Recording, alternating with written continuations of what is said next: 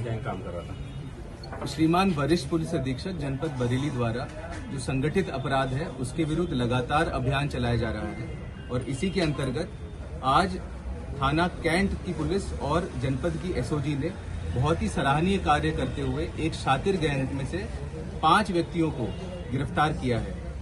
इस गैंग का जो क्राइम करने का तरीका था और जो इनके द्वारा क्राइम किया जाता था उसका विवरण मैं दे देता हूं। ये पहले ट्रक चोरी किया करते थे और उसके उपरांत इन्होंने अपने क्राइम को मॉडिफाई किया।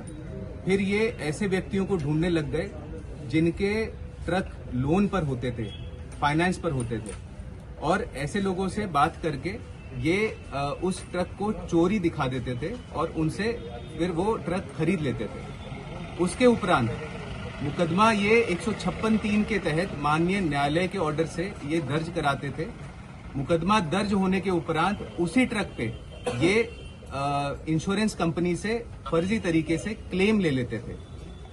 इसके उपरांत उस ट्रक का जिसका इन्होंने मुकदमा लिखवाया चोरी का, जिसपे इन्होंने फर्जी तरीके से इंश्योरेंस क्लेम भी ले लिया, फिर ये आरटीओ के माध्यम से उसके कागज तैयार करते थे जो कि पूरी तरह कूट रचित होते थे, और इन कागज को तैयार करके ये वही कागज के अनुरूप ट्रक के जो नंबर प्लेट है उसको चेंज करते थे और जो चेसिस नंबर है उसको भी चेंज करते थे। इस प्रकार से ये पूरा एक नया ट्रक नए नंबर्स के साथ में ये तैयार करते थे और उस ट्रक को ये मार्केट में बेच देते थे। तो इस तरीके से ये दोहरा फायदा उठाते थे। पहला जो इंश्योरेंस कंपनी है उसको चूना लगा के, और दूसरा कूट रचना करके कागजात तैयार करके फाइल तैयार करके उस ट्रक को ये मार्केट में बेच के ये दूसरी तरफ से ये फायदा करते थे अपना। इस प्रकरण में 5 लोगों को गिरफ्तार किया गया है, जिनके नाम इस प्रकार हैं: शाकिर उर्फ भूरा मास्टर, आरिफ पुत्र शबीर, सोहेल पुत्र इरफान, सैफुद्दीन पुत्र अनीसुद्दीन और इशाक अली। इन लोगों ने हमने जैसा एनालाइज किया पिछले 2 साल का डेटा, लगभग 50 से 55 ऐसे मुकदमे इन्होंने 156(3) के माध्यम से अलग अलग थानों में लिखवाए हुए हैं ट्रक चोरी के।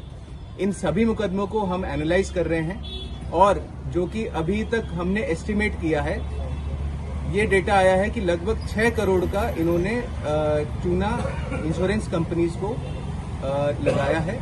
इस प्रकरण में जितने भी और लोग हैं उनके विरुद्ध हम लगातार दबिश देंगे और जो विवेचना में जो और लोग आएंगे उनके विरुद्ध भी कड़ी विधिक कार्रवाई की जाएगी। आरटीओ ऑफिस और